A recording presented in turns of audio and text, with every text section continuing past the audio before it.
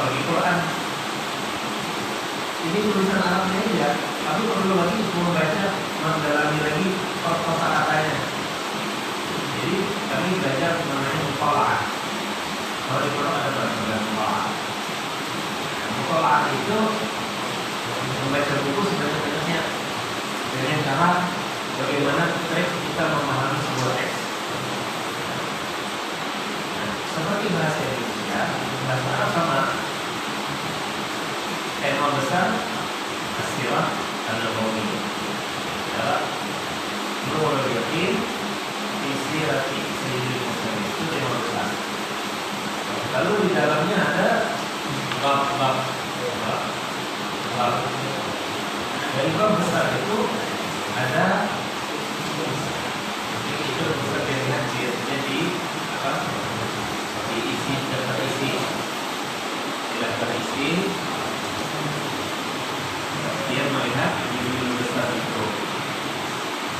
Nah, jadi judul besarnya apa? Al-Jahru Bit-Tabligh, menyampaikan dakwah secara terang-terangan. Nah, kita sudah sampai pada alinea kedua. Walam najah. Sudah dapat? Ya. Nah, coba. Bismillahirrahmanirrahim. Dibaca. Walamma jahara Rasulullah sallallahu ini biasanya alaihi salatu wasallam tidak diajar. Walamma jahara Rasulullah sallallahu alaihi wasallam bid-da'wah sakharat minhu Quraisy wastahza'u bihi fi majalisihim fakanu idza marra alaihim yaquluna hadza ibnu Abi Bakr. Lanjutkan. Yukallamu ila sama'. Ay yukallimuna yukallamu. Yukallamu ila sama'. Wa hadza ghulamu Abdul Muttalib. Yukallamu ila sama'. La yaziduna 'ala dhalik.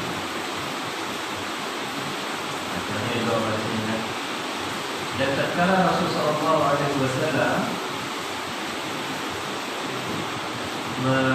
memandangkan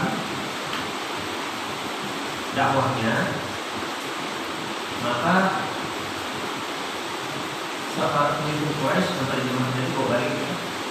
Quraisy mengejeknya dan mereka menyebut-nyebutnya atau memaki-makinya di majelis-majelis mereka. Garis bawahnya itu adalah istihza dengan sukhriyah. Sakharat itu akar katanya sukhriyah. Maksudnya sukhriyah. Kalau istihza, kalau istihza'u asalnya istihza. Apa bedanya sukhriyah dengan istihza? Sukhriyah itu meremehkan aja, biasanya dengan tubuh, bisa membelit mata, bisa mengkuliti, bisa menyinggung kayak gitu. Aja Allah Taala Pak, wailun likulli humazatin lumazah. Celakalah orang yang melakukan humazah dan lumazah. Apa itu humazah dan apa lumazah? Humazah ucapan menghina, ucap mufassir. Lumazah itu gerakan, bisa dengan gerakan mata, bisa dengan gerakan kepala, tubuh, atau menguliti.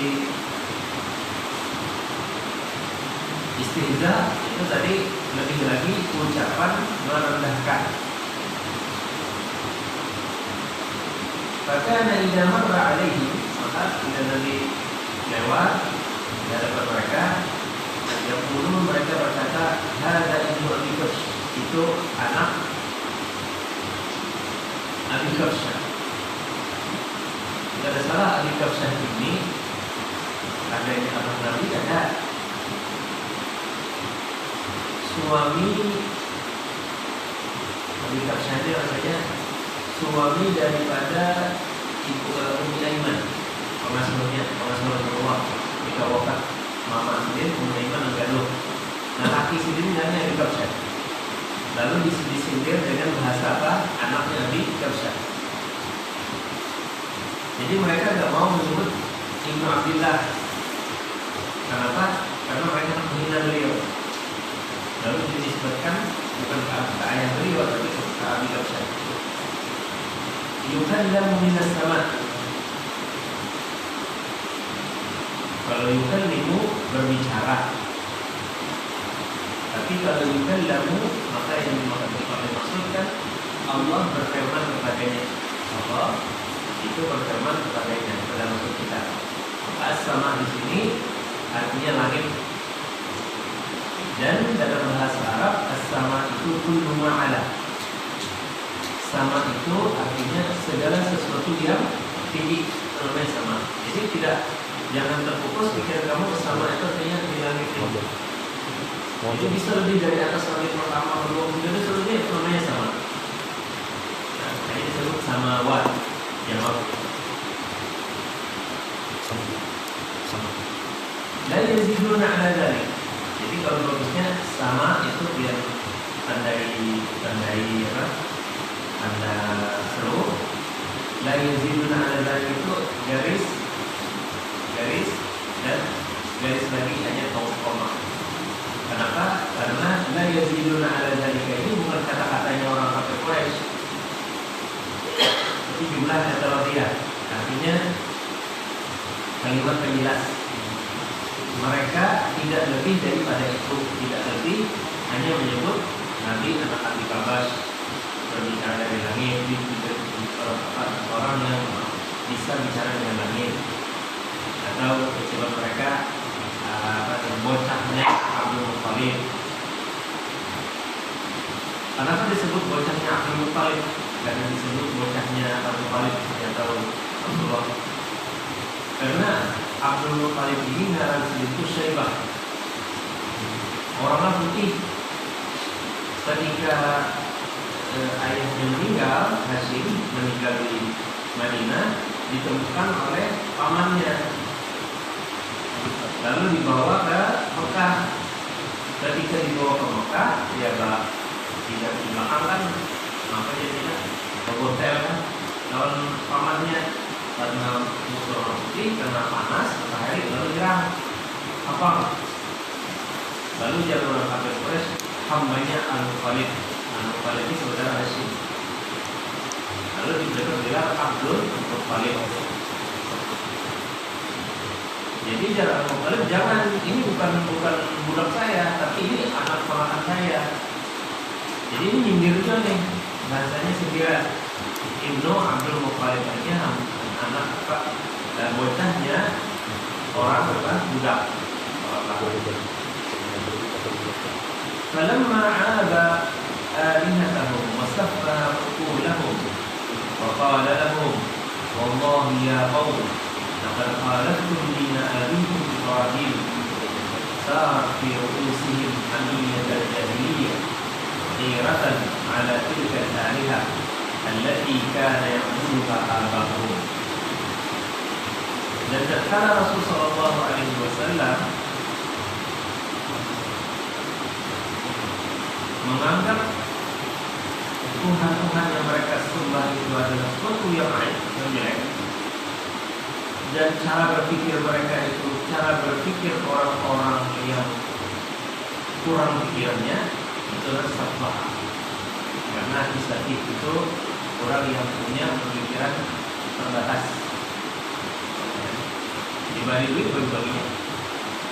Istilahnya tidak bisa mengelola duit, tidak bisa duit ya. Dibagi 100.000, 100.000 habis jadi sarannya. Dibagi 5.000, 5.000 sarannya. Tidak bisa mengelola itu namanya sapi. Kalau orang sapi itu pertanda orang itu tidak punya akal berpikir. Kan mengirimi 1 juta habis, 2 juta habis, 3 juta habis, 5 juta habis 2. Makin banyak dibalik kan makin banyak cepat habisnya. Nah itu pertanda orang tua sedih.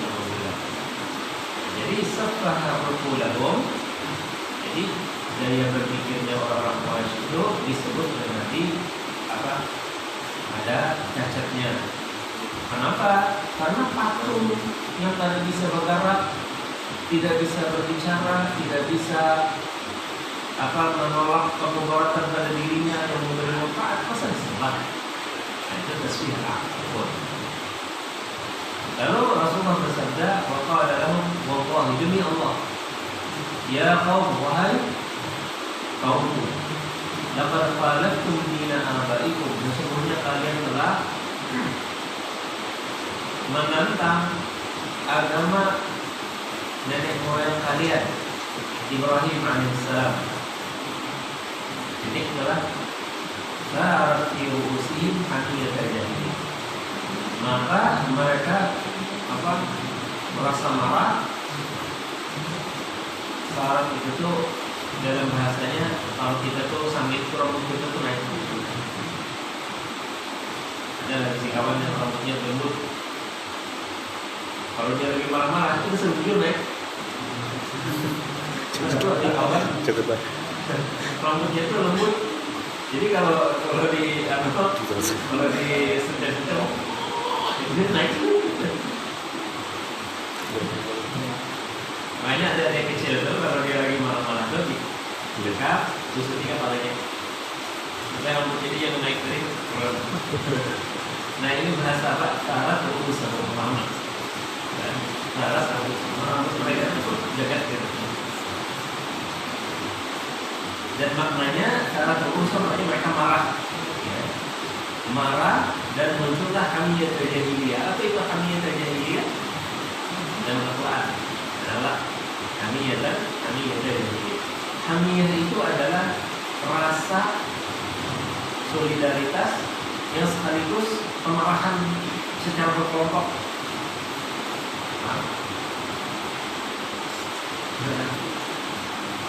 Marah secara berkelompok itu namanya hamiyah. Solidaritas tapi marah. Solidaritasnya tuh ada yang dihina kawan. Wah, ini kita satu asrama di masa kita diamkan. Oh, itu hamiyah namanya. Hamiyah ini dalam Islam bagus kada? Bagus. Ketika orang kebanjiran, lalu jalan Ustaz Taufik, ayo mahasiswa sama tolong bantu nih. Oh iya, ayo kita bantu kasih orang. Nah itu hamiyah namanya. Jadi kita asal ada beneficinya, itu kan memang ada kawan bergerak. Aku harus berdua, nah itu namanya hamiyah.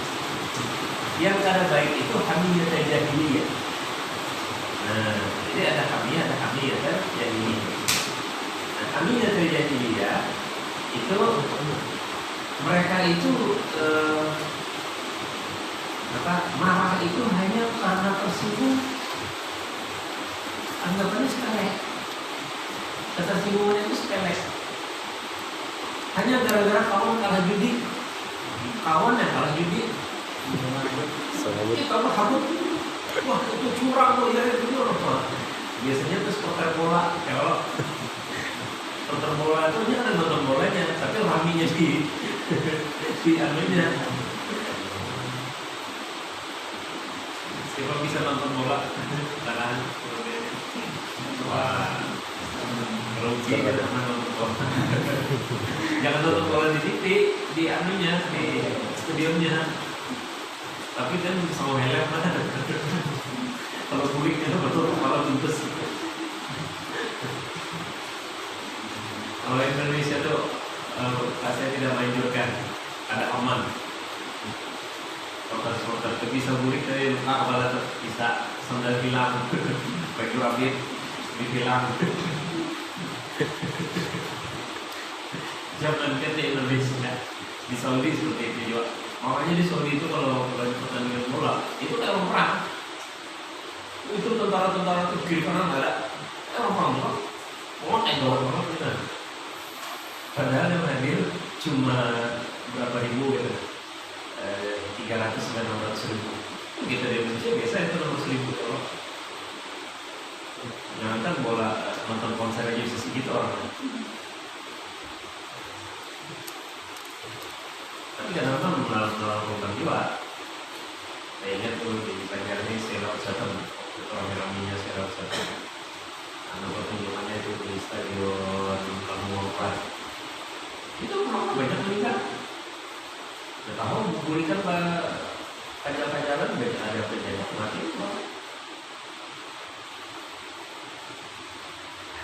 Nah itu hamiyah namanya, hamiyah jahiliyah. Ada apa istilahnya bonek kah? Ada kan bonek kan namanya penjahat. Bondo nekat lah, bondo itu apa?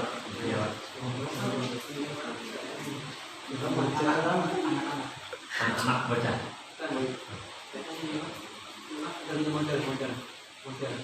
Modal nekat. Oh modal nekat. Nah, jadi kalau modal mau pergi aja.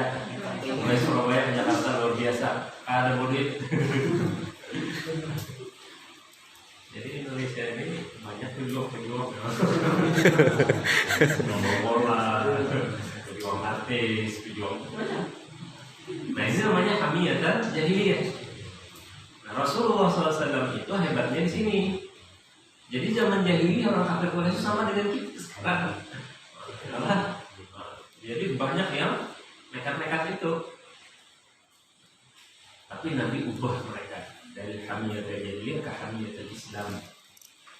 Bahwa kita ini bergerak membela kenapa? Karena demi keadilan, demi kemanusiaan, demi kebaikan, ya, dan seterusnya. Nah, itu perbedaannya.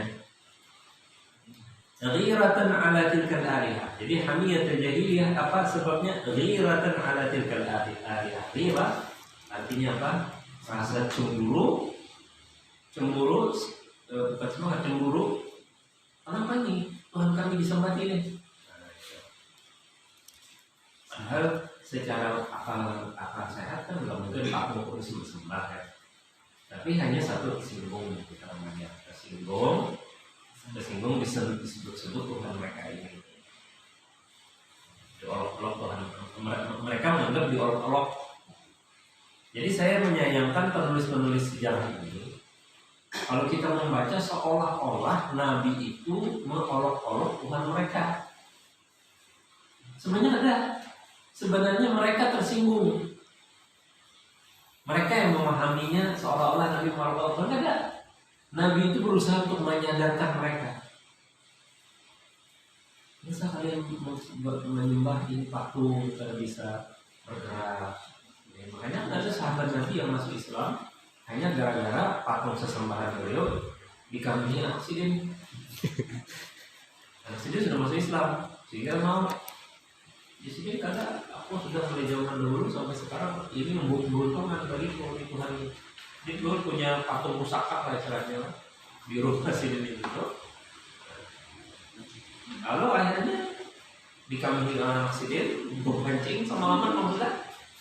Sehingga bukan ada pengiran anak sidin mengamini. Sidin masa jadi semua Tuhan yang disembah, yang diharapkan dari suatu harapan dan minta perlindungan kepadanya. Anjing aja kami karena mau melawan dirinya. Itulah salah satu sebabnya. Jadi laqad aba dalam bahasa sidin tadi laqad aba Rasulullah sebenarnya Nabi tidak pernah memaki-maki agama mereka, memaki-maki keyakinan mereka. Tapi mereka tersinggung ketika dijelaskan bahwa namanya Tuhan itu Esa. Lalu mereka menolak aja al-ilaha illallah wahidah inna hadza syai'un ajab. Oh, bisa dijadikan Tuhan yang banyak jadi satu Tuhan aja. Dan cara berpikir ini, syirik ini sepanjang masa selain pada orang-orang Islam masih belum bisa memahami. Makanya di film-film untuk anak-anak adik-adik kita itu muncul macam-macam Tuhan ya Allah. Ada dewa cinta, ada dewa perang, ada dewa apa, dewa-dewa. Ya Allah. Ada yang lucu itu film apa tuh? God of the War tuh? Ya. Tuhan perang lah kita artinya. Dewa perang. Dewa perang lah. Itu dia mengikuti lah namanya 1, 2, 3 ini sampai lama. berapa yang terakhir nih di mana dah? Sekarang sudah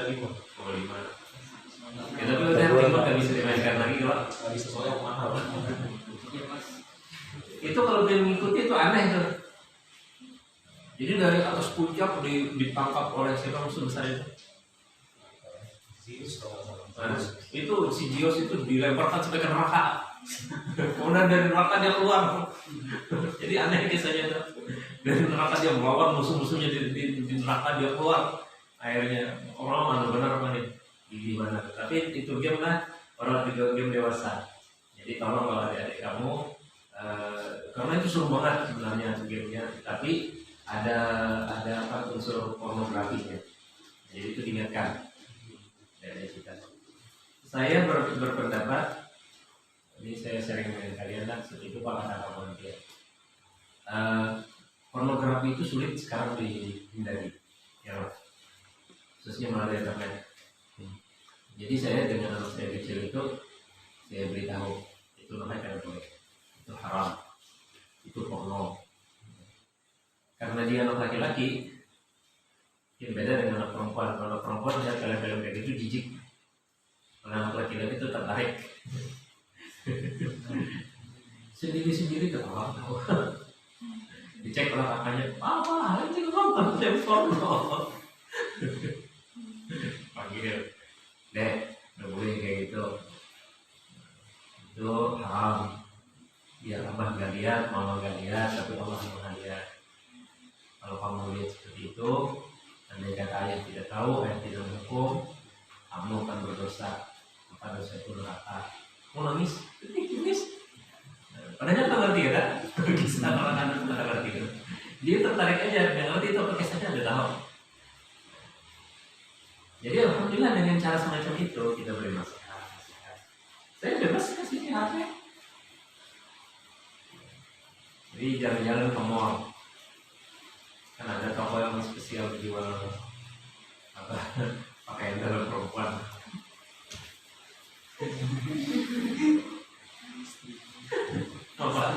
Kenapa? Porno lah. Jadi udah ngerti itu. Menurut saya gitu aja cukup. Nah, mungkin ada teman-teman yang bertanya kan, atau di pendidikan, bagaimana mengatasi yang kayak gitu, apakah boleh dihukum dan apa hukumannya? Mungkin kira menurut saya karena ini anak sudah tahu salahnya apa yang salah dan harus dia menghindarinya dan dia harus menyesali atas kesalahannya. Kemudian dia sudah jalan. Nah, saya tidak mau hukum lagi. Saya sampai situ aja. Yang penting dia sadar, dia tahu kalau ini ngomong nggak boleh, kalau ini begini. Jadi kalian kalau sama adik-adik bagus diceritakan aja. Siapa yang nonton, kalau lagi yang anak ngaji, siapa yang bikin nonton game, bikin apa main game, ini ceritakan aja. Jadi saya waktu SMP agak bersih. Aku ngajar SMP, saya agak bersih. Kenapa? Karena anak SMP itu kan masa mereka sudah tahu. Apalagi di sekolah kami itu sekolah Islam, yang ceweknya satu lantai khusus perempuan aja, yang cowoknya satu lantai. Walaupun tidak berpisah satu sekolah, tapi yang ceweknya dari lain, laki-lakinya lain. Kalau mobil dicampur pula sekelas, dan nggak ada pisah-pisah. Tapi karena mereka dipisah itu malah justru bertambah penasaran. Yang ceweknya hendak tahu, orang lagi cowoknya romi, bininya lakinya kayak gitu lah, sama aja berdua. Apalagi saya lagi ceramah ramai yang cowok-cowok, yang cewek nanya, Ustaz tadi apa ceramahnya, besok dulu ceramahnya kayak gitulah, nggak bisa tadi. Oh kenapa? Itu khusus laki-laki aja. Oh berarti kayak itulah kan. Ada adil ya. Jadi protes begini. Nah jadi susah kalau seperti itu. Saya tanya dengan ustaz-ustaz yang lebih mendalam dari ilmu pendidikannya. Saya bilang boleh dari saat kita menyampaikan tentang seks itu apa, yang halal kemana, yang haram apa. Bagus ustaz, sampaikan aja. Kalau ada pertanyaan sampaikan aja. Lebih baik mereka nanya kepada ustaz daripada nanya dengan teman-temannya sendiri, sama-sama nggak tahu. Yang lebih berbahaya itu kalau ada yang memanfaatkan. Ingin tahu mereka itu justru dibawa kepada sesuatu yang balik lagi ke sini. Fadhahabu ila ammihi Abi Thalib, sayyidu Bani Hashim, alladhi akhadha ala nafsihi himayatahu min aidi a'da'i. Jadi karena mereka tadi tersinggung, maka mereka pergi ke paman beliau, paman Rasulullah, Abu Thalib. Beliau adalah sayyid. Sayyid itu artinya pimpinan. Kalau bahasa Indonesianya sakleknya menyebutnya penghulu. Sayyid itu sebenarnya pimpinan. Tapi sayyid itu pimpinan yang nggak ditunjuk. Kalau RT kan ditunjuk, jadi ketua RT, jadi lurah, jadi pembakar. Kalau sayyid tidak. Tokoh, definisi tokohnya. Yang tadi ditunjuk tapi tokoh. Kalau jadi ketua asrama kata, pengurus kata. Tapi bila ada sesuatu yang presiden adalah kamu adalah ya seramanya harus ada.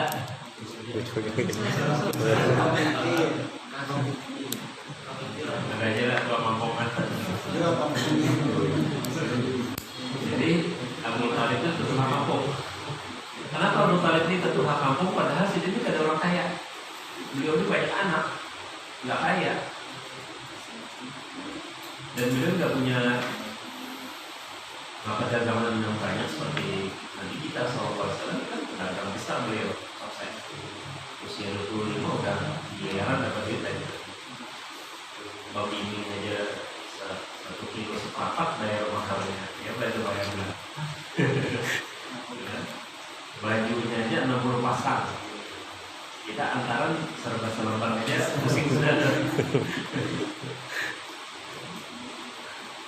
Jadi karena beliau ini sayyid karena beliau ini mulai sejak Rasulullah lahir, bila ada sesuatu misalnya kekeringan, lama hujan, itu Abu Thalib bawa Rasulullah diangkat ke Ka'bah. Ya Allah, ya Tuhan kami, demi ini bayi yang engkau anugerahkan baginya berkah itu, maka turunlah hujan.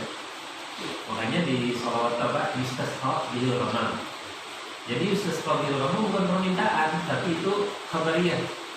Hanya Nabi mulai sejak masa kecil beliau, masa bayi beliau, itu bila dia khabariyah dibawa ke Ka'bah, turun hujan. Berkah daripada Allah Subhanahu wa taala dilimpahkan kepada Nabi kita Muhammad SAW. Jadi karena Abu Thalib ini banyak jasa-jasa beliau terhadap orang Quraisy, maka mereka menyebutnya beliau sayyid. Dan beliau terutama sayyid Bani Hashim, keturunan Hashim. Beliau ini telah bertekad melindungi Rasul kita Muhammad SAW daripada tangan musuh-musuh. Fatalabu minhu an yukhalli bainahum wa bainahu aw yakuffa amma yaqul. Maka mereka orang kafir Quraisy minta kepada Abu Thalib agar dibiarkan mereka menangkapnya, menghukuminya dan sebagainya. Atau Abu Thalib meminta kepada Nabi Muhammad untuk berhenti menyinggung-nyinggung masalah Tuhan-Tuhan mereka. Faraddahu raddan jamila. Maka Abu Thalib menjawab jawaban yang baik. Fansarafu anhu. Maka mereka meninggalkan Abu Thalib. Wa madha Rasulullah sallallahu alaihi wasallam lima yuriduhu la yasudduhu an muradihi syai'un. Fatazayyada al-amr wa marrat Quraisy al-haqda wal adawata li Rasulillah sallallahu alaihi wasallam. Wa hatta ba'dhum ba'dhan ala dhalik. Jadi ketika Abu Thalib menjawab mereka pulang, Rasulullah melanjutkan tugas beliau. Apa yang dikehendaki oleh Allah Subhanahu wa taala beliau jalankan, tidak ada yang bisa mencegah beliau. Lalu perkara ini mulai menumpuk atau bertambah, dan Quraisy mulai merasakan atau mengandung al-hiqd. Jadi ada hasad, ada hiqd. Hasad itu berkeinginan atau berdoa di hati agar orang yang kalian senangi ini diangkat oleh Allah nikmatnya. Adakah kita itu dendam yang mendalam. Oh, kalau kau membunuh dibunuh, kalau kata kau balikan sedikit, kalau kau sedikit, apa caranya? Yang penting orangnya bagaimana nanti habis. Nah, itu namanya kepada siapa? Rasulullah SAW. Wa hatta ba'dhum ba'dhan 'ala dzalika, dan mereka saling apa? Mendorong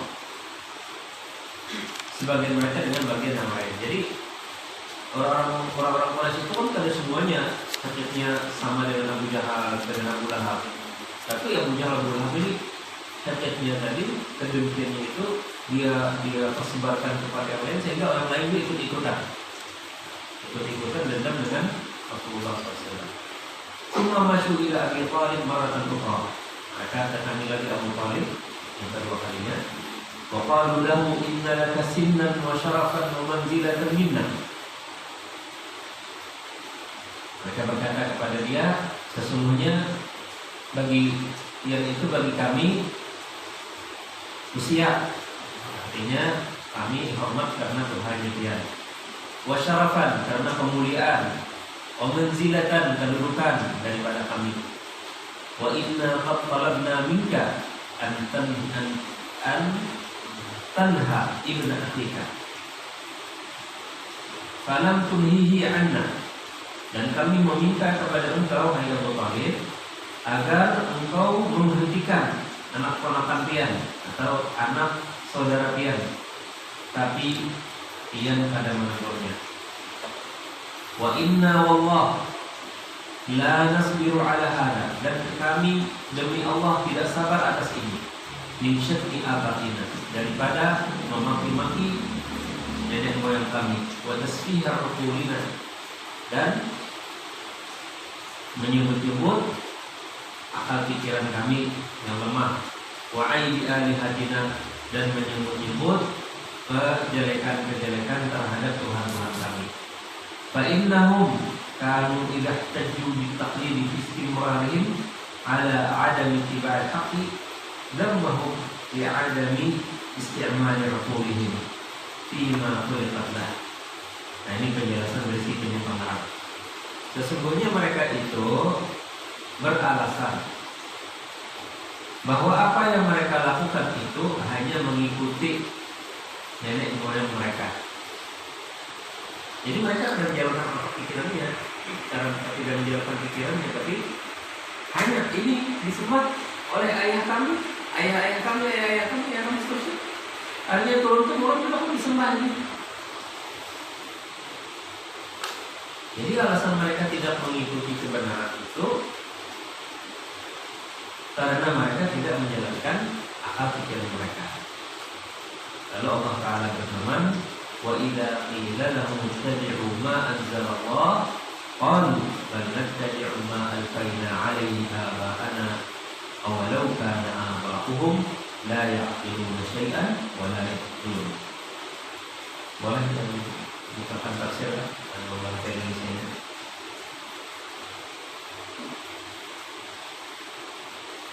Kita terjemahnya bahasa Indonesia. Ayat Baqarah ayat 170. Ya. Satu dua orang lah, soalnya banyak ayatnya. Yang satunya surah Al-Maidah.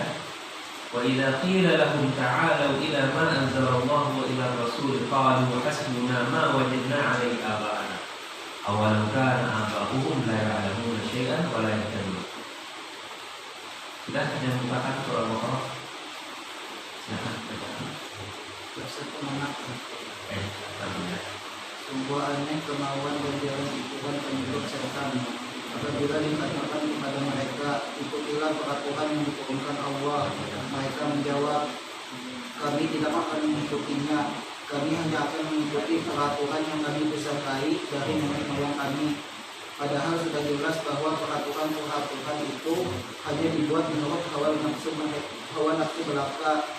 Apakah mereka tidak dapat memikirkan dan meneliti sehingga dapat mengetahui bahwa peraturan itu tidak ada faedah dan manfaatnya? Ayat berapa? 170.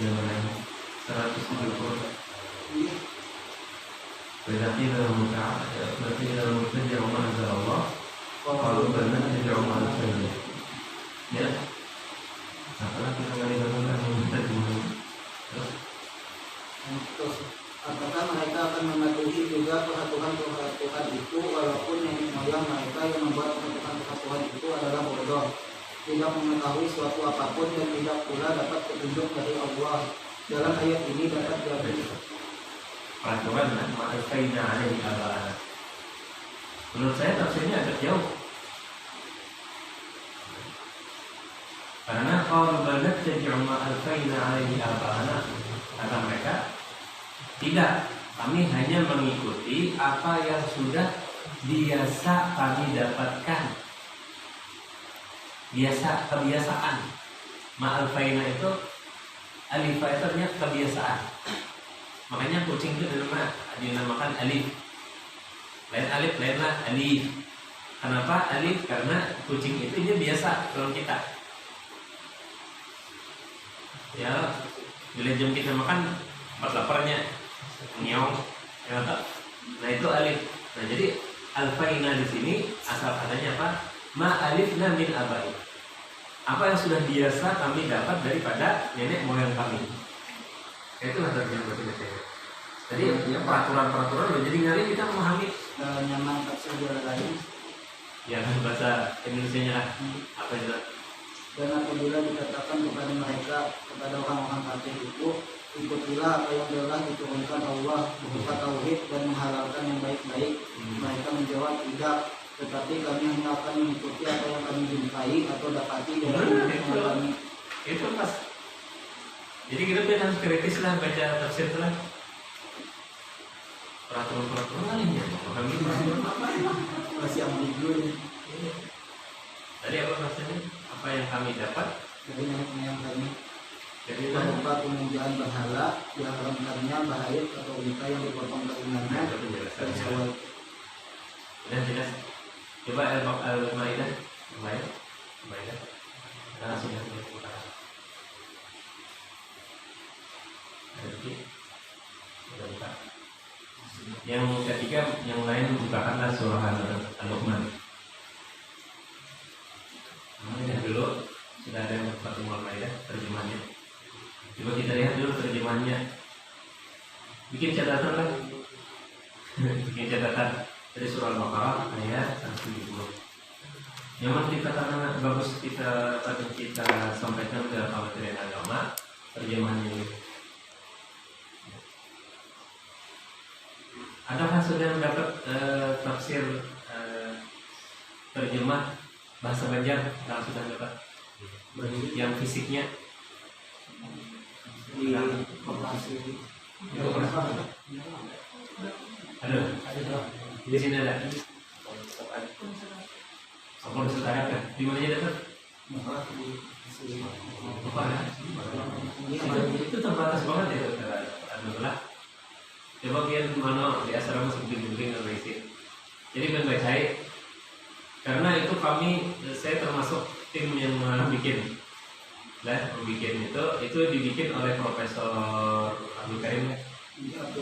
Abdul Karim dengan tim beliau. Nah lalu kami ikut mengoreksinya.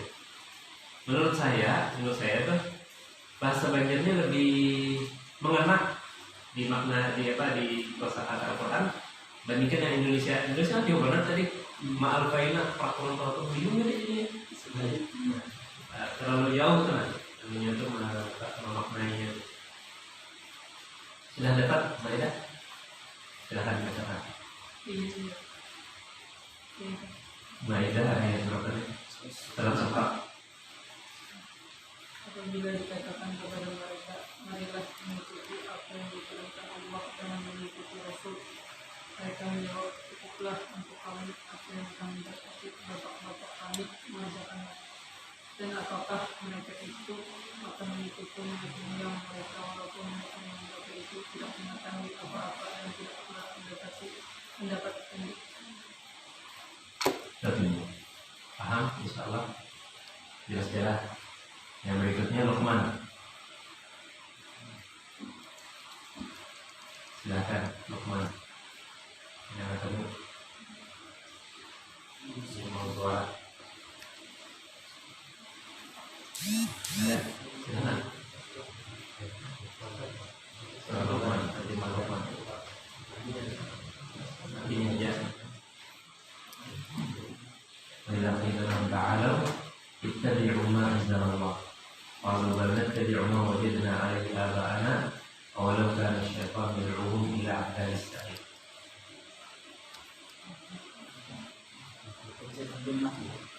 Terjemahnya Surah Luqman ayat 121.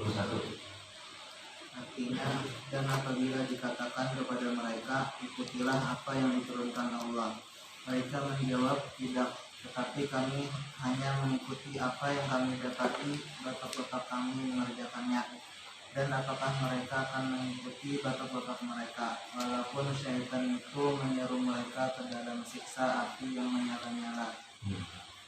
Air menyala-nyala. Fasjadlah.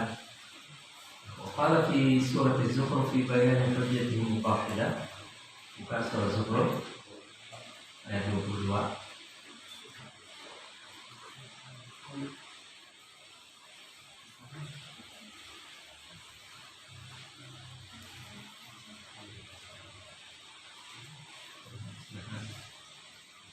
Surah Az-Zukhruf.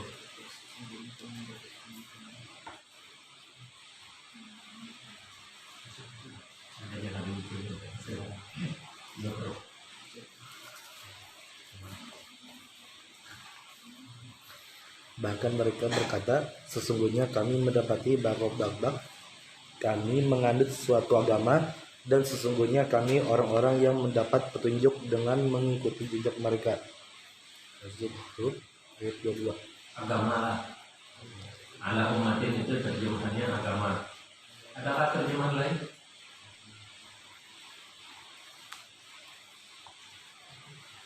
Ada pas sebenarnya. Umat. Baqalu inna wajadna abana ala ummah. Sama agamanya. Ummah itu adalah bangsa. Umat Muhammad, pengikut Nabi Muhammad SAW, tapi bangsa besar. Itu namanya ummah. Dan memiliki mengandung makna ummah itu kebanggaan.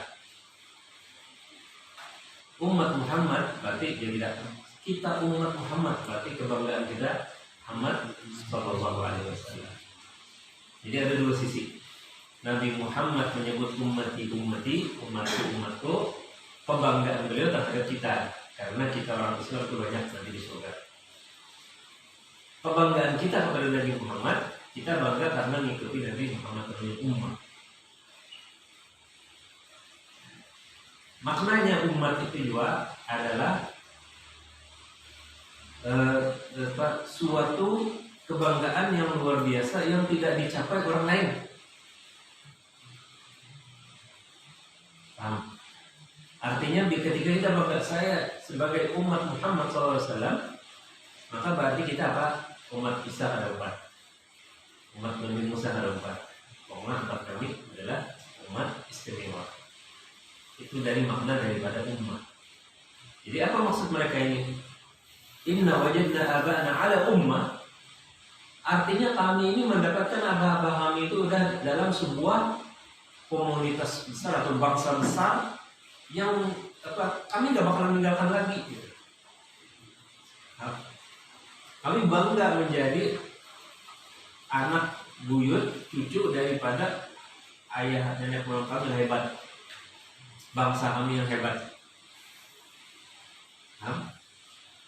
Artinya kami kan bakal meninggalkan apa yang sudah menjadi ummah itu.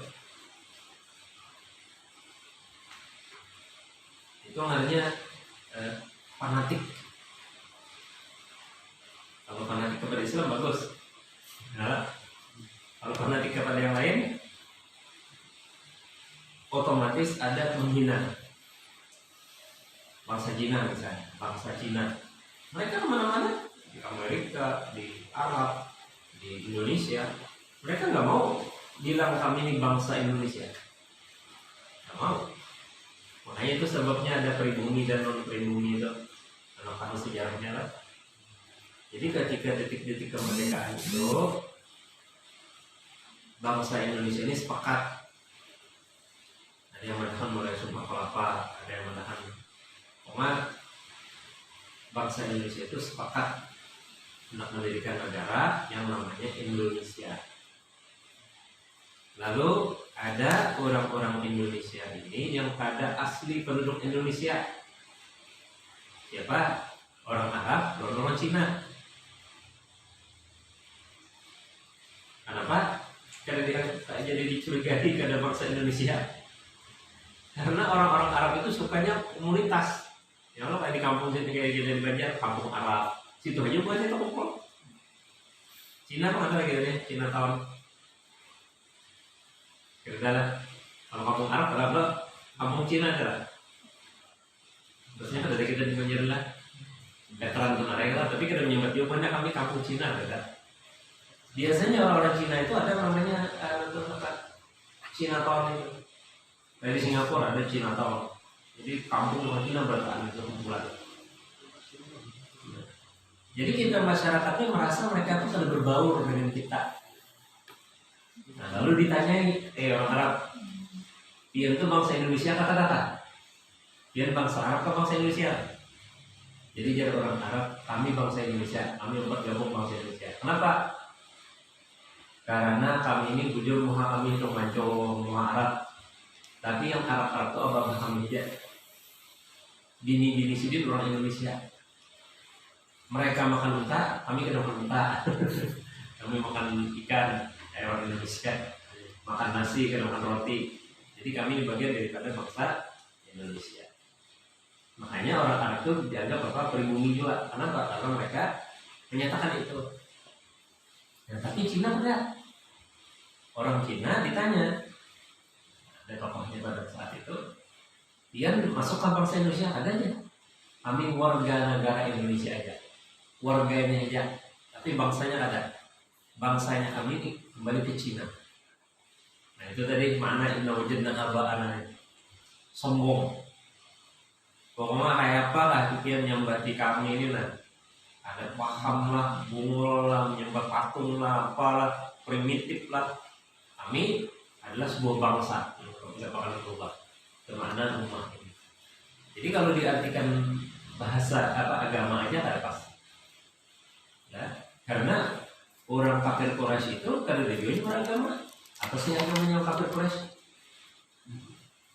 Agama musyrik kada. Agama musyrik kada ya Allah. Majusi kada. Buddha kada. Hindu kada juga.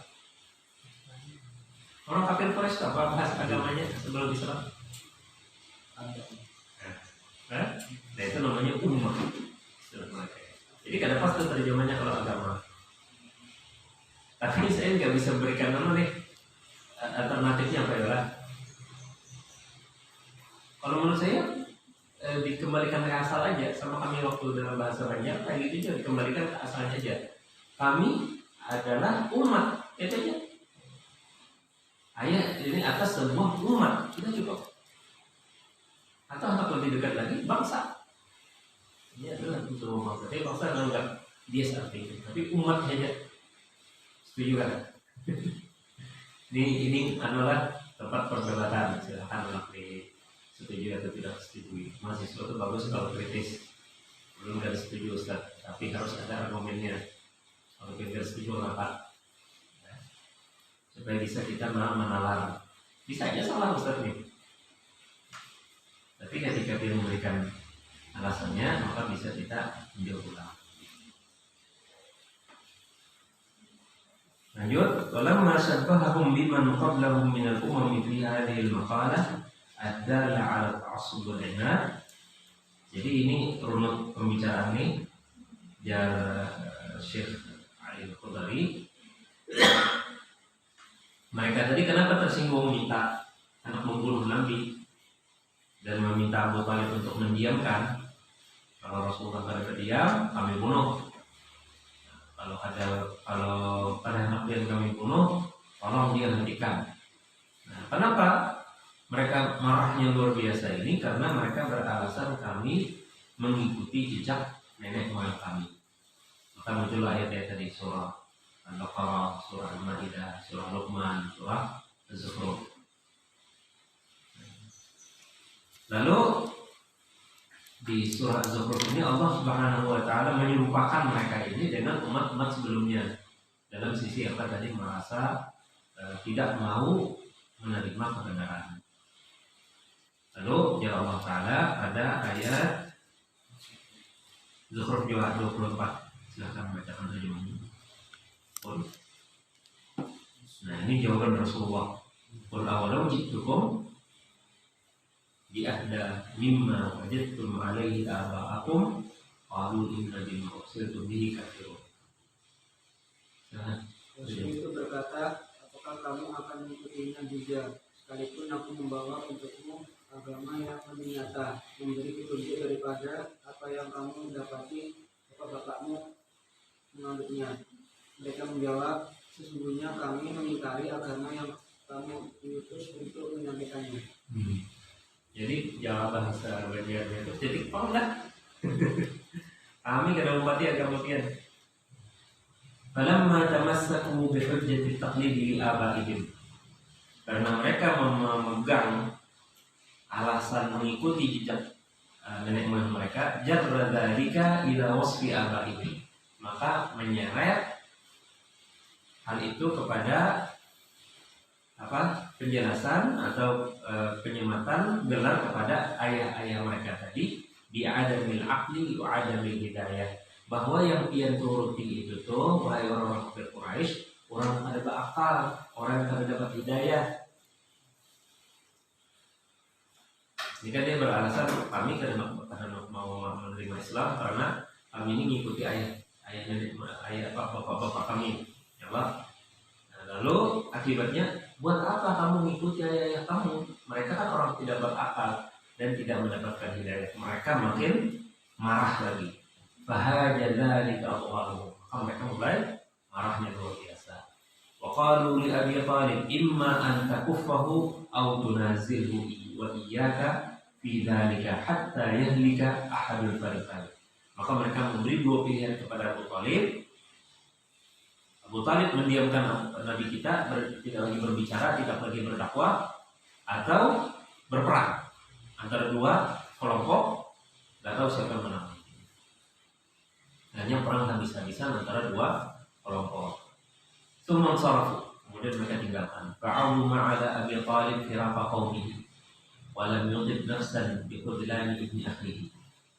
Maka ketika teguran keras kedua kalinya dari kafir Quraisy ini, Abu Thalib merasa sedih kalau ditinggalkan oleh kaumnya. Tapi sekaligus beliau dalam dilema, tidak juga senang hati beliau maka membiarkan keponakan beliau. Faqala lahu ya ibna akhi, wahai anak saudaraku, innal qauma ja'uni faqalu li kada fa'abid ala nafsik wala tuhammilni minal amri ma la atiq. Jadi jara Abu Thalib itu orang kafir Quraisy datang padaku, mereka mengucapkan begini-begini kepadaku, maka lepaskan dirimu, aku aja. Jara Abu Thalib, jangan kau bebani aku sesuatu yang tidak aku mampu. Fadhanna Rasul anna ammahu khadal. Lalu Rasulullah mengira bahwa Abu Thalib melepaskan Rasulullah. Maka jawaban Rasulullah, wallahi ya'am law wada'u syamsa fi yamin wal qamara fi yasari ala an atruka hadzal amr ma fa'altu hatta yudhhiru Allah aw ahlika dunahu. Thumma baka wa walla faqala Abu Thalib aqbil ya ibn akhi faqbala alayhi faqala idhhab faqul ma ahbabta wallahi la uslimuka. Pak Nabi SAW bersabda, tadi Nabi kan mengira paman beliau melepaskan beliau, ternyata karena melindungi lagi. Lalu ya Rasulullah, demi Allah wahai paman, jika matahari mereka letakkan di tangan kananku dan bulan di tangan kiriku, artinya mereka bebani beban yang sangat luar biasa, menjaga siang malam, ala an yatruku hadzal amr, atas dasar agar aku berhenti menyampaikan perkara ini, yakni dakwah Islam, maka aku tidak akan melakukannya sampai Allah tunjukkan kepadaku kebaikan ini, kebenaran ini, atau aku binasa sebelumnya. Lalu Nabi nangis dan berpaling. Maka Abu Talib, ya si pemimpin apalagi sayang kepada Rasulullah, maka Abu Talib berkata, "Aqbil ya akhi, kesinilah anak ponakanku." Lalu Nabi berpaling. Lalu jalan beliau, "Idhab, pergilah kamu. Katakan apa yang kau suka. Demi Allah aku tidak akan serahkan kamu kepada mereka." Ini luar biasa. Abu Talib memberikan apa? Perlindungan kepada Rasul kita Muhammad Sallallahu Alaihi Wasallam. Nah, sampai di sini dahulu kajian kita dalam Sirah Nabawiyah, bahwa kafir Quraisy ini senantiasa niat dibuat sini tetap adalah yang terakhir. Sebenarnya ada lagi, nanti ada lagi orang kafir Quraisy itu minta dengan Abu Talib untuk menyerahkan Rasulullah. Ini kada dibuatnya dengan. Jadi yang ketiga kali mereka datang membawa apa? Membawa anak paling ganteng. Jadi kata mereka, "Hai Abu Talib, kamu sudah tahu itu kemenakan kamu itu bikin kami resah. Begini aja, pian ambil ini anak muda nih, ganteng, bersih, baik. Pian ambil, serahkan kepada kami Muhammad, ponakan dia. Jadi kan barter nih, sama misalnya. Bila kami ambil, kami bunuh dia. Jadi cara Abu Talib sungguh ini apa? Tawaran yang sangat tidak adil, zalim. Kalian serahkan kepadaku anak kalian, aku untuk membesarkannya. Tapi kalian mengambil keponakanku untuk membunuhnya. Demi Allah, kata beliau, saya tidak akan memberikan ponakan saya kepada kalian. Jadi ada 3 kali mereka berusaha untuk apa? Mengambil Sayyidina Rasulullah daripada Abu Talib. Yang keempat itu langsung mereka nego dengan Rasulullah. "Hai Muhammad, kamu mau apa? Kamu kalau mau jadi raja, kami siap angkat kamu jadi raja. Kalau kamu mau cari perempuan, kami kasih kepada kamu perempuan yang terbaik, yang paling cantik. Mau berapa orang, makasih. Kamu mau duit, kami siap. Seluruh harta kami kumpulkan buat kamu, biar kamu jadi orang paling kaya." Apa jawaban Nabi? Dipilih Nabi tidak?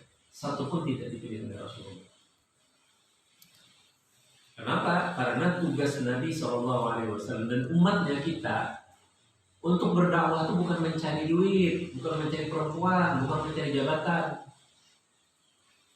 Andai kata Rasulullah itu seperti yang sebagian kelompok Muslim yang bergerak di bidang apa, partai, khilafah dan sebagainya, kan konsep mereka itu Islamnya akan menyebar bila kita jadi puncak pimpinan. Artinya jadi presiden misalnya. Jadi presiden kita jadi gampang aja menteri-menterinya Tuhan kita yang rakyat itu pasti mau masuk Islam. Tapi Nabi kenapa pilih? Pertanda bahwa Islam ini tidak boleh dipaksakan. Nabi nggak mau. Makanya dalam satu-satunya agama yang membolehkan orang agama lain di bawah naungannya hanya Islam. Kayak Indonesia nih. Andai kata mayoritasnya non-muslim, kita muslimnya minoritas, habis kita. Di berbagai negara ya kayak gitu. Di Rohingya, di Cina, Bogor, ya lah, habis. Di Andalusia itu perjanjiannya apa? Perjanjiannya, Ujar Bani Ahmad, kami siap menyerahkan itu di sana mengkasihkan sama kalian satu syarat, biarkan orang-orang Islam tetap Islamnya beribadah dengan tenang. Oke, kata mereka. 10 hari yang disebut dengan April Move gitu. Orang Islam pakai aja mengenakan liwat. Padahal itu memalukan gitu Islam. Jadi ketika 10 April, 10 hari mereka langgar di perjanjian. Mereka tangkap semua orang Islam. Mereka bantai orang-orang Islam. Lalu Ratu Elizabeth, bukan. Siapa itu? Elizabeth Jela. Sabella. Nah, ini gabungan antara ratu dan raja. Bukan ratu ini raja juga, bukan ratu pendamping kerajaan, tapi ratu punya kerajaan sendiri, kemudian raja punya kerajaan sendiri. Itu yang mengalahkan umat Islam terakhir dari umat Islam di Andalusia. Nah, dia kasihan, itu perempuan kan, kasihan, jangan dibantai, banyak dibisai aja. Nah, lalu dibisai, bedanya ke masuk Islam, masuk ke Kristen, ikan aman karena dibunuh. Lalu ada banyak orang-orang yang ketakutan, lalu mau masuk Kristen, lalu dipakai topi Santa Claus. Dipakai topi itu tanda apa? Orang yang Muslim pindah agama ke Kristen, misalnya itu. Lalu aman mereka. Oleh gereja memfatwakan bahwa orang-orang yang kada tulus masuk Kristen harus dibunuh juga. Akhirnya dibunuh juga. Itulah kesaksi apa? Irina Handoko. Jadi hati-hati jangan takut orang Islam memakai itu karena orang murtad. Nah, jadi tidak ada dalam sejarah umat atas selain pada Islam yang mengizinkan. Nah, maka ketika Barat itu sudah banyak menjadi sekuler itu orang alim. Karena dalam orang Barat itu kalau dia masih bersama dengan agamanya,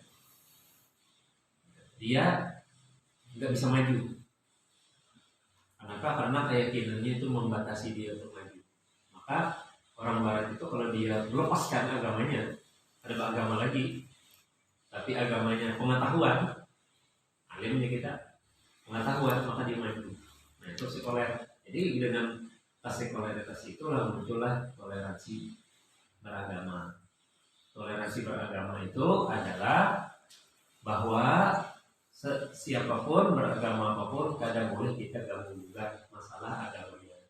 Masalah dia berkeyakinan apa kan boleh kita ngurusin. Nah, jadi inilah sejarah Nabi kita Sallallahu Alaihi Wasallam. Sini dulu kita pindah ke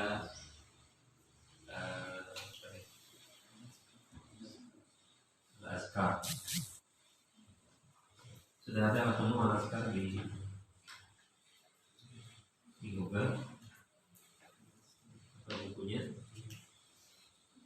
Yang punya saya ini Al-Azkarnya dari kitab Al-Futuhat Al-Rabbaniyah karya Imam Ibnu Illah, Muhammad Ibnu Illah. Ini syarahnya Al-Azkar. 4 jilid di sini. Silahkan ada yang menyumbangkan bacaannya. Kita sudah sampai pada faslun ajma'al ulama'u ala jawazi dzikri bil qalbi wal lisan.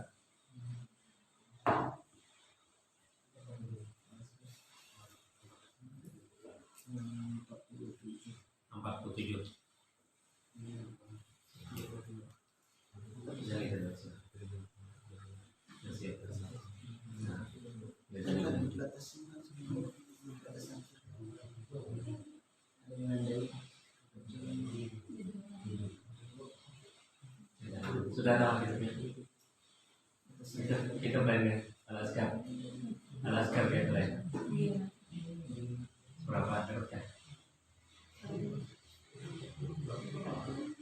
Berapa? Kalau sekadar hanya aja. Yang putri mau ada dapat Al-Azkar? Ada. Berapa dapatnya? Berapa harganya? 35. Di apa di nggak pernah apa yang kalau itu murni ya 35 malah ya ada bukunya putri dapat sih PDF ini ngalim baca kalau PDF makan virus habis apa ya apa punya rusak kita melatihkan insya Allah menjadi saksi buat dia. Kita menjadi saksi kita mempelajarinya, saksi kita memurid dari Imam An-Nawawi. Jadi bukan memurid kepada saya saja, tapi memurid kepada Imam An-Nawawi. Jadi kita di hari besar kita cari dia. Ada syafaat sih dia. Silakan. Bagaimana? Bacakan. Faslun ijma'al ulama ala jawaz dzikri.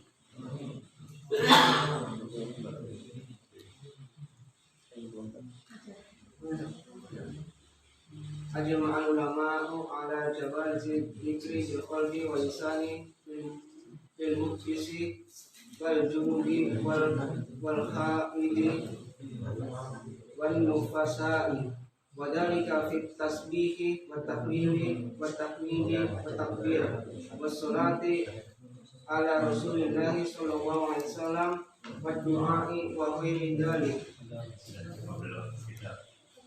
Jadi sepakat ulama bahwa berzikir itu boleh dengan hati, boleh dengan lidah. Kemarin kan kita bahas yang bagus apa dua-duanya, hati dengan lidah.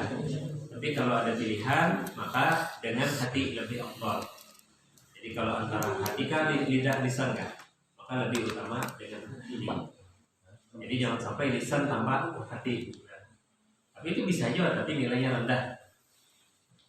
Astagfirullah, astagfirullah, astagfirullah. Matanya jalan. Astagfirullah. Itu nggak boleh, itu jelek jadinya. Jadi afdalnya pada dengan hati, yang menghayati. Jadi sepakat ulama itu boleh zikir dengan lidah dan hati. Bagi yang muhdits, muhdits artinya tidak berwudu. Wal junub, orang yang hadas besar laki-laki atau perempuan yang habis berhubungan intim atau laki-laki karena keluar mani, itu junub. Boleh kita berzikir, boleh. Wal haid, wanita yang haid. Wan nufasa, dan wanita yang baru melahirkan, nifas.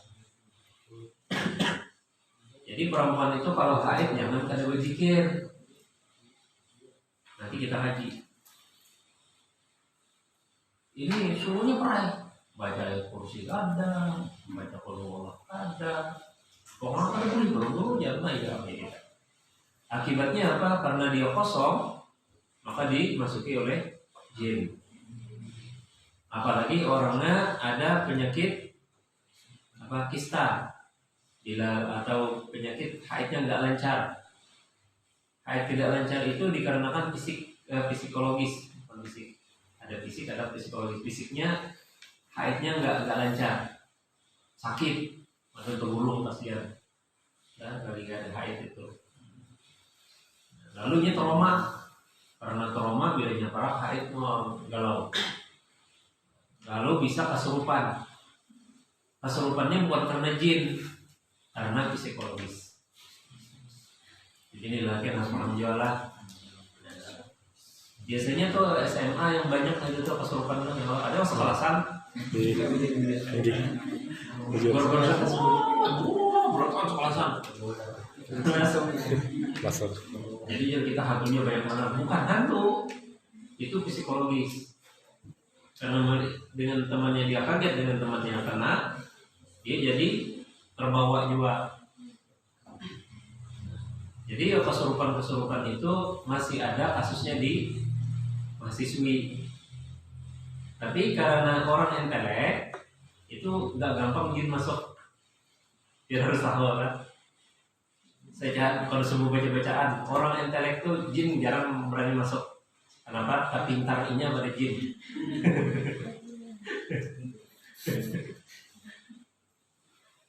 Jujur kan, manusia itu lebih pintar dari setan.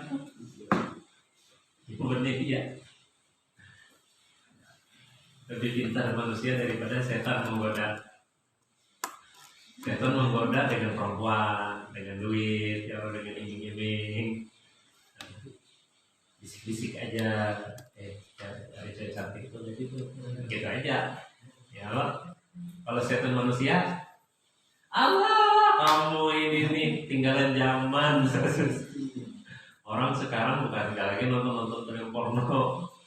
Nih obat kuat. Nah, kesini itu lebih harap tuh. Nah, jadi setan tuh bisa aja pensiun dini gara-gara apa? Sepintar manusia daripada dia. Jadi jar kawan kita di OG di sini di Ansari Saleh. Ya kita bisa lah kasus-kasus yang bisa siup apa gitu lah. Oh satu saja. Jangan kayak mau menyadarkan gampang aja. Kami sofistika. Wah, ini gawat nih, ya kalau ini kan darurat. Wah gawat nih kayak apa? Padahal kami tahu padanya itu pura-pura supaya cepat dikawini oleh pacarnya. Pacarnya janji terus kalau mau jadi, padahal duit apalah. Nah, supaya cepat dia nanti mau pada nih hamil. Lalu kemudian kayak siup segala macam. Padahal kami periksa ada hamil ada apa? Jadi alasan seperti itu. Jadi kita kayak pakai mengatasinya. Tadi kita setan manusia lebih alat daripada setan jin. Nyaman kayak mengatasinya suntik, ada suntikan. Bukan penenang, tapi suntikannya itu mengolah ajak Pak kami. Sama Pak kami. Suntikannya itu aja loh. Paling lawas setengah jamnya bangun tuh orangnya paling lawas itu. Jadi tinggal reaksi tubuh ada yang tahan, ada yang ada, tapi paling lawas setengah jam. Jadi yang tadi nasiuk, ada singgarakan lagi, padahal normal aja orang itu setengah jam ajak bangun aja Pak kami.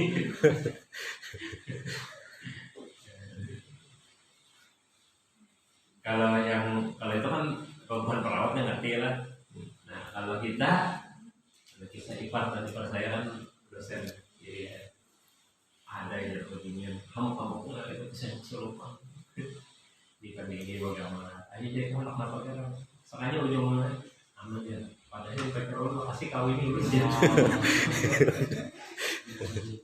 Iya. Jadi itu kisah nih. Itu ada kejadian gitu kan. Kalau bohong disurupi oleh jin.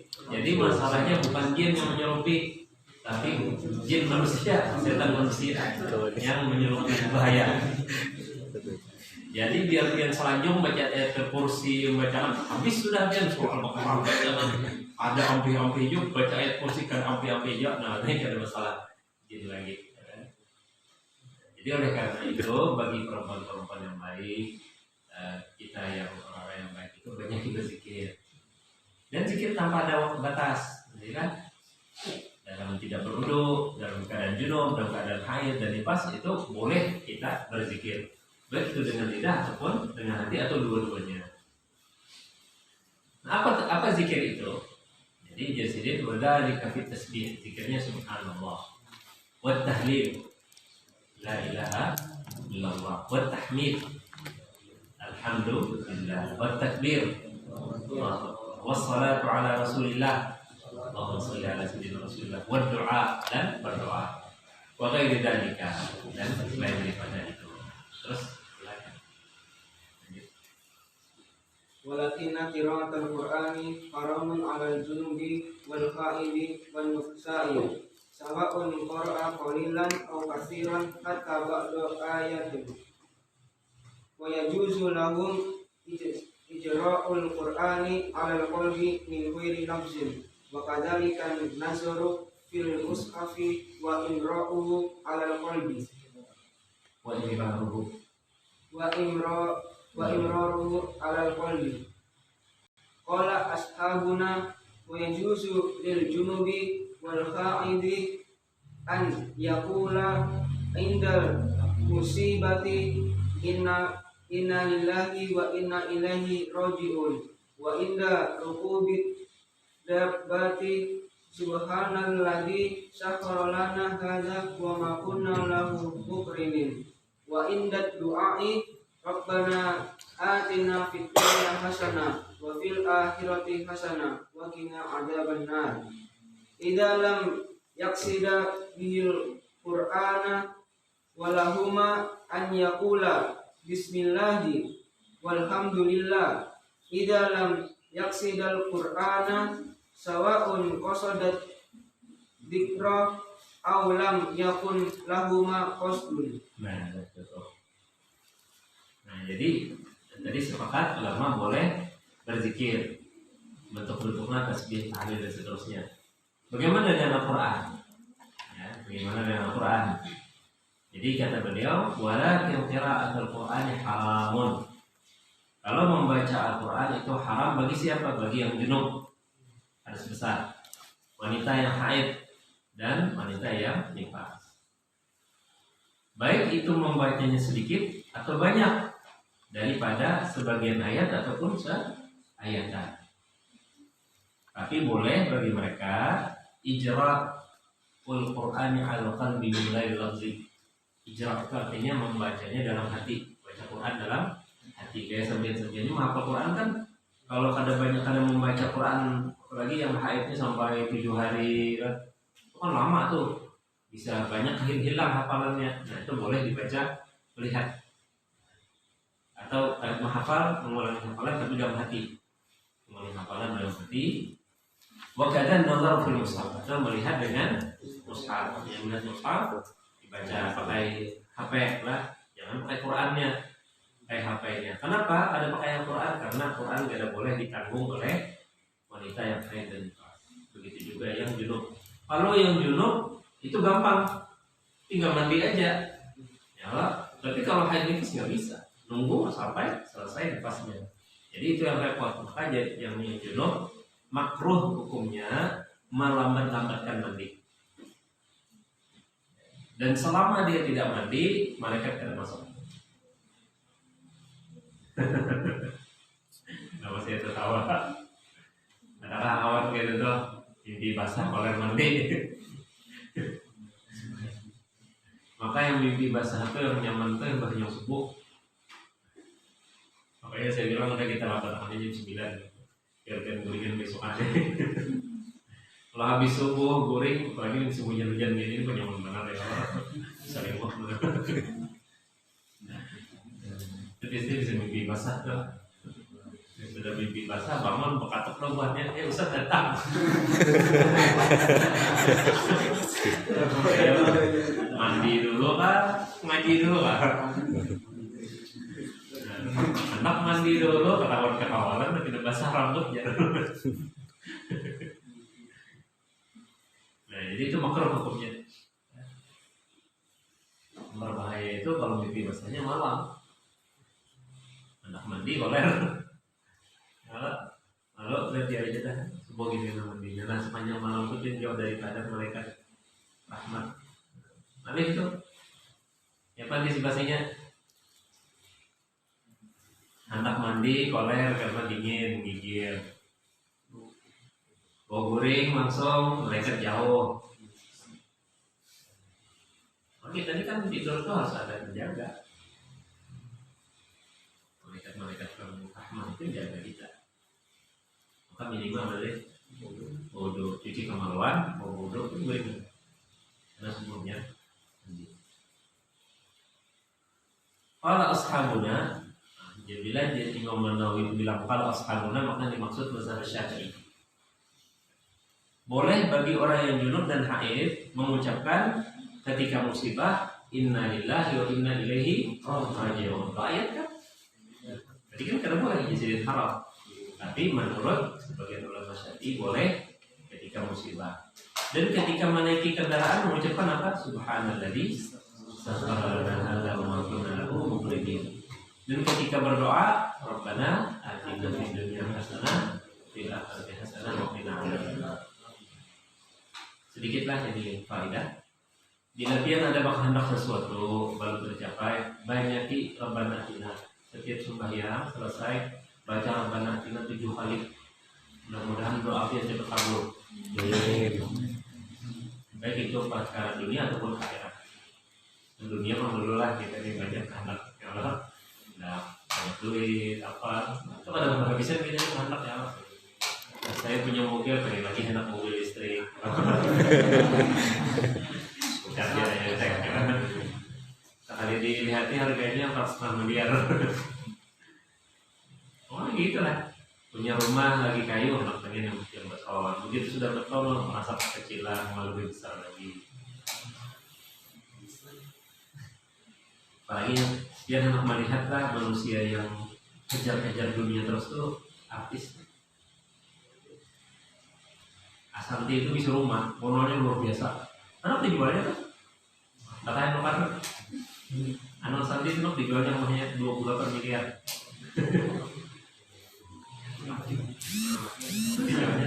Jadi ditanya kenapa mau dijual, sudah 10 tahun ya, bosan sudah.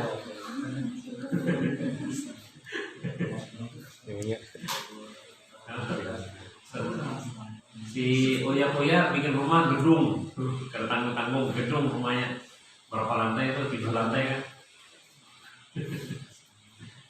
Jadi kalau rumah itu kayak di hotel, ada resepsionisnya segala macam.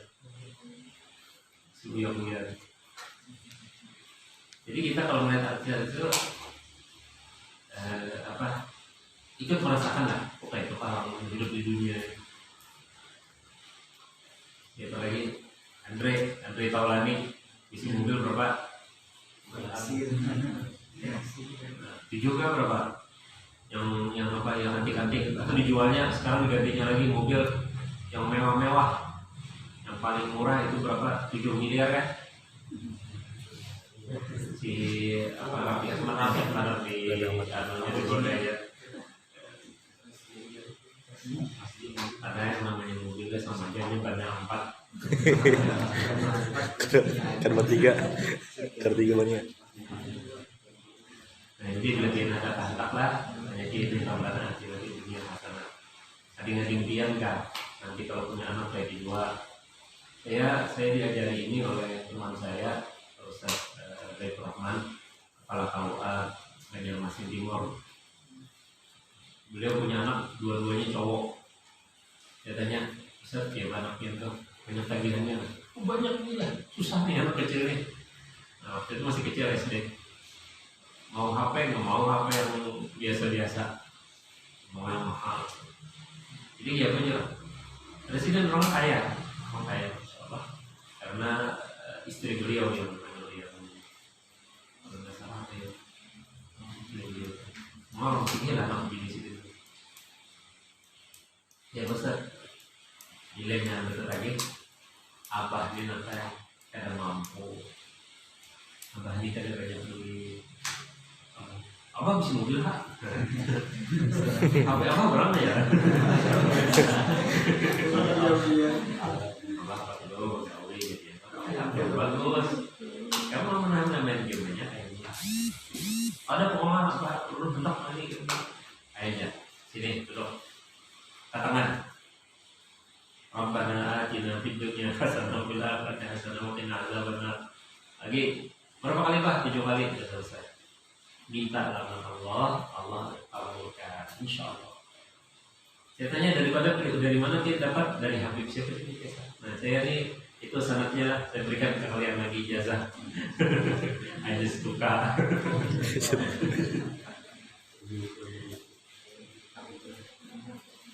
Tapi ini tadi ada syaratnya, idza lam yaqsida bil Qur'an. Jadi boleh orang junub, haid, nifas itu baca innalillahi wa inna ilaihi raji'un, boleh mengucapkan subhanalladzi sakhkhara lana hadza wa ma kunna lahu muqrinin, boleh tadi rabbana atina fid dunya hasanah wa fil akhirati hasanah wa qina adzabannar, tapi syaratnya tidak bermaksud baca Quran.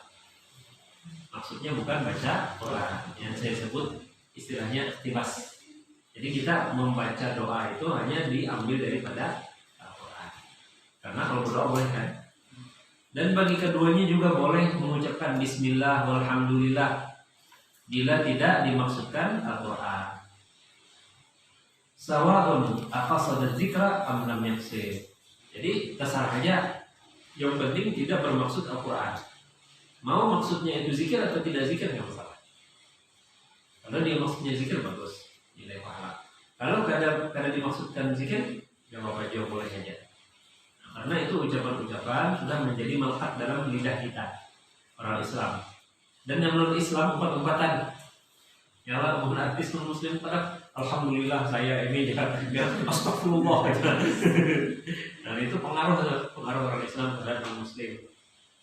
Saya tanyakan itu dengan pendeta teman saya, Pak Pendeta Widi itu, Pak, kenapa kalau orang Kristen itu ikut-ikutan assalamualaikum? Oh, itu sudah saya ajari di gereja. Kalau assalamualaikum itu boleh diucapkan. Kenapa? Walaupun itu redaksinya bahasa Arab, tapi artinya salam sejahtera bagi kalian. Boleh. Kalau warahmatullahi wabarakatuh milik orang Islam itu nggak boleh kita.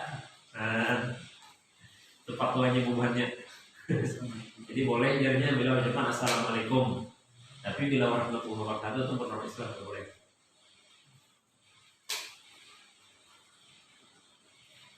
Silahkan, boleh lanjut. Wala ya'tamani illa idza fasada al-Qur'an. Nah, semakan. Yang ragu-ragu ada pintu jalan berikutnya. Silakan. Dan wala ya'tamani. Nah, sudah sedikit seorang lanjutkan. Lanjut. Wa yajuzu lahuma qira'atu ma nusikhat tilawatuhu ka Asy-syaikhu wasy-syaikha syaikhatu wa syaikhatu idza zanaya farjumuhuma. Lanjut berikutnya. Alhamdulillah. Wa amma idza qala li insani khudil kitaba bi quwwatin aw qala udkhuluha bisalamin aminin wa nahwa dzalika fa in qasada ghairal qur'ani lam yahrum. Ya, berikutnya. Wa idza lam yujidal ma'a tayammama wa jazalahu qira'atu fa in ahdatha ba'da dzalika lam tahrum alaihi qira'atu kama law tasala thumma ahdatha. Nah, itu sudah kelola. Dan tidak berdosa yang junub. Yalah. Boleh kasar yang junub lawan haid. Makanya bahasanya dua nih. Istisna wala ya'taman. Maksudnya apa? Yang junub dan yang haid. Tidak berdosa membaca tadi Rabbana atina dan seterusnya bila kadang tidak bermaksud Al-Quran. Dan boleh membaca Al-Quran yang setelah sudah dinasakh, dihapus. Ayatnya apa? Asy-syaikhu wasy-syaikhatu idza zanaya farjumuhuma. Itu tadinya Al-Quran, lalu dihapus. Dihapus teksnya, hukumnya tetap. Man nansakh min ayatin aw nunsiha na'ti bi khairin minha aw mithliha. Jadi ini ayat. Boleh nggak orang haid dan nifas bacanya? Fadilah junub, jawabannya boleh. Wa amma idza qala li insanin. Dan apabila mereka berdua ini yang junub dan haid itu mengucapkan kepada seseorang di kitab, khudil kitaba bi quwwah. Nah, ini kan Quran nih yang dibacanya. Walaupun dia bawa Al-Quran untuk khudul kitab berkuah. Atau orang di luar hendak masuk udkhuluha bisalamin aminin. Wah. Aslamanya surga. Lagi ditulis di muka itu udkhuluha bisalamin aminin. Wa nahwi dzalika udkhulu Misra insyaallah aminin. Itu ada tulis di bandara Mesir sudah ditulis. Baik qasada ghairul Quran begitu. Bilanya kada bermaksud Al-Quran, kada kita mau ambil kisah sedikit lah. Ada seorang perempuan tersesat lalu ditemukan oleh Imam Abdullah bin Mubarak. Lalu dia sini, ibu nih lagi ngapain? lain yang berbeda. Maka beliau menjawab, ihdinas siratal mustaqim. Maka kata Abu Bakar, beliau ini berarti sesat nih. Lalu beliau bertanya, kamu ibu punya anak enggak? Lalu dia jawab, "Uzkur fil kitab Ismail, innahu kana siddiqan nabiyya." Oh, di sini si anak nih Ismail nih, anak Sidin. Lalu tanya-tanya Sidin dengan kafilah-kafilah, ternyata ibu ini tersesat daripada anaknya Ismail. Ketika ketemu Ismail, sudah ketemu. Lalu takon Sidin. Ini ringkas katanya, ceritanya dan panjang kisahnya. Lalu yang anak nih, ibu itu udah 40 tahun tidak pernah berbicara kecuali dengan Al-Quran. Luar biasa. Ya.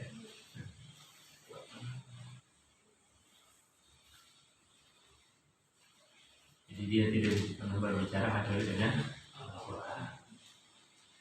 Ini walaupun kada haram bagi yang junub dan haid, tapi menurut saya tidak etis dipakai. Dan ini pernah suatu zaman orang menyindir-nyindir itu dengan ayat Al-Quran. Jadi diantaranya Hajjaj misalnya, Hajjaj bin Yusuf itu kan gubernur paling kejam dalam sejarah Arab. Maka orang menyindirnya ditulis di mimbar Sidin ayat Al-Quran. Ayat-ayatnya.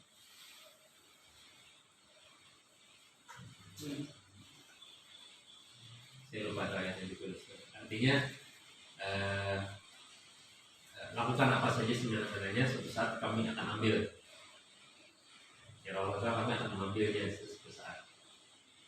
Sidin ini orangnya sastrawan. Ketika dia lihat tulisan itu, maka dijawab Sidin dengan ayat 2. Ayatnya apa? Pokoknya dari Quran juga. Nah, itu budaya-budaya tadi itu kada baik. Kenapa? Karena seolah-olah Quran ini dipermainkan. Gitu. Sama dari khusus kita berbukuah atau apa, kultulah bisa min amin itu ada pas. Jadi Quran dari seolah-olah kayak masuk surga ya. Wa idza lam yajidal ma'a tayammama wa jaza lahumul qira'ah. Jadi bilanya yang haid dan junub tadi kadang menemukan air untuk mandi, maka boleh bertayamum. Ya. Bila boleh dia bertayamum, maka boleh dia membaca Al-Quran. Fa'in ahdasa ba'da zalika, bilanya berhadas, jadi bertayamum, lalu batal uduknya, tayamumnya batal. Lam tuhrim alaihi al-qira'ah. Tidak diharamkan baginya membaca Al-Quran. Kama lalu tasalah sunnah dasar, seperti dia kalau mandi kemudian dia berhadas. Karena tadi tayamum menggantikan apa? Mandi. Artinya ketika dia bertayamum maka sudah gugur junubnya. Terus apa keempat?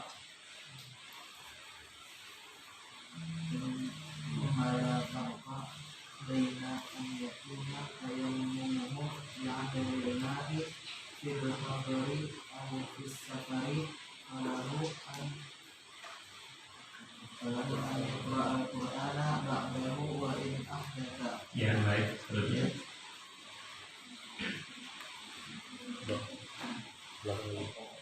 وقال بعض أصحابنا إن كان في القبر صلى به وقرأ به في الصلاة ولا يجوز أن يقرأ خارج الصلاة والصلاة جوازه كما قدرناه لأن تيممه قام مقام المسلم. Baca itu dulu. Ini suatu masalah fikih nih. Jadi ada bedanya antara tayamum karena dalam perjalanan atau tidak, bukan di dalam perjalanan. Jadi bila sudah bertayamum, boleh dia membaca Quran setelah bertayamum, walaupun dia berhadas, karena jadi hadas kecil. Nah, lalu menurut sebagian daripada ulama Syafi'iyah, apabila ini merinci nih, apabila bukan di dalam perjalanan, maka tayamumnya itu untuk sholat dan membaca Quran dalam sholat, tapi tidak boleh di luar sholat. Di pendapat selain daripada pendapat Imam An-Nawawi. Jadi kalau dia membedakan antara perjalanan dengan yang tidak dalam perjalanan. Jadi tidak dalam perjalanan, kata beliau, bila bertayamum itu boleh baca Quran dan di saat sholat saja, kalau di luar sholat tidak boleh. Nah, dijawab oleh Imam An-Nawawi, sahih itu jawazuhu. Jadi yang rajih, yang kuat di sini adalah boleh mau baca dalam sholat, baca Quran dalam sholat atau di luar sholat, sebagaimana telah dikemukakan. Kenapa? Karena tayamum itu menggantikan mandi. Ya. Jadi kalau tayamum menggantikan mandi, berarti hadas besarnya terangkat. Ya. Walaupun dia berhadas kecil, tetap dia boleh baca Al-Quran. Lanjut, bertayamum. Walau tayammama minhu thumma ra'a ma'an yalzamuhu isti'maluhu fa innahu yahrumu 'alayhi qira'atuhu wa jami'u ma yahrumu 'ala al-junub hatta yaghtasila.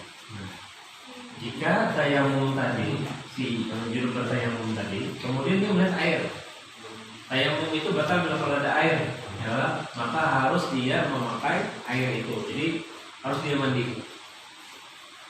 Dia junub tadi, nggak punya air, lalu dia bertayamum, maka boleh dia sholat, boleh dia baca Quran. Tapi ketika dia menemukan air, maka wajib dia mandi dengan air. Ya. Wajib dia dengan air,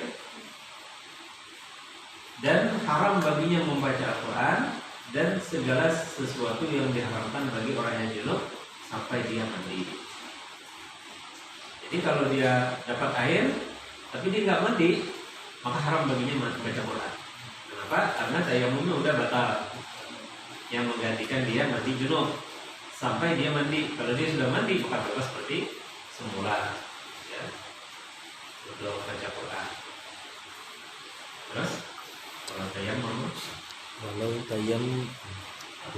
tayammama wa shalla wa qara'a thumma aradat tayammuma li hadatsin aw li fariidah ukhra aw li ghairi dzalik lam tahrum alaihi al-qira'ah. Jadi walau tayammum, dia ke mandi, kalau dia tayamum, kalau dia sholat dan baca, kemudian dia bertayamum lagi, memperbaharui tayamumnya. Ini kita ketemu air lagi lah. Kan tayamum itu boleh melaksanakan untuk satu waktu kan, zuhur dengan asar, atau maghrib dengan isya itu satu waktu, atau subuh. Jadi bertayamum itu harus diganti bahasa lagi bila masuk waktunya, waktu yang lain. Jadi misalnya kita dalam perjalanan, kita kawal jamaah qashar ya Allah, ada banyak tayamum kita, lalu kita melaksanakan jamaah qashar zuhur dan asar. Nah nanti masih dalam perjalanan ketemu isya maghrib, ketemu maghrib isya, itu nggak bisa pakai tayamum tadi, udah batal Ustaz. Jadi lu lanjutnya nggak boleh, harus tayamum lagi. Itu maksud sidinillah. Jadi jika dia bertayamum, sholat, membaca Quran, kemudian dia bertayamum lagi karena dia berhadas, hendak sholat lagi misalnya, sholat sunat misalnya, atau karena fardunya datang lagi, fardu yang kedua, yaitu fardu apa tadi, maghrib dan isya atau subuh, atau hal yang lain, dia tidak dilarang baca Al-Quran. Terus ada buatan hadis sahih berupa oke wajib riba di ashabina anak yakum bahwa doain. Ya. Nah jadi ini pendapat siapa? Pendapat mazhab yang benar dan yang terpilih.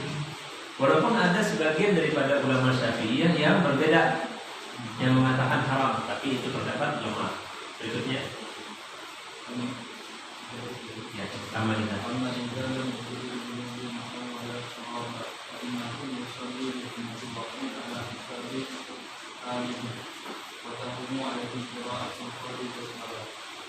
ويحرم عليه أن يقرأ في الصلاة ماذا نزل على الفاتحة وهل تحرم عليه الفاتحة في والحسن Masukuma la tahrumu bal tujibu fa'inna sholata la tusiku ila mi'atil lamha Masukuma la tahrumu bal tujibu fa'inna sholata la tusiku ila mi'atil.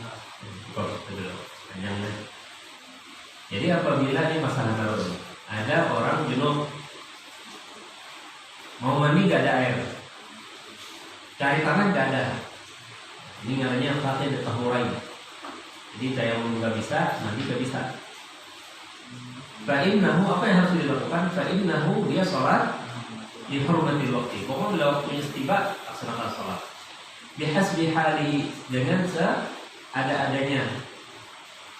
Bisa aja nih lah gambarannya tuh gugur pesawat selamat, tapi baju rambut ini ya aurat kelihatan, ini hilang baju berada pesawat ini aja lagi. Cari air gak tahu lagi di mana tempat air, cari tanah gak ada juga di hutan belantara,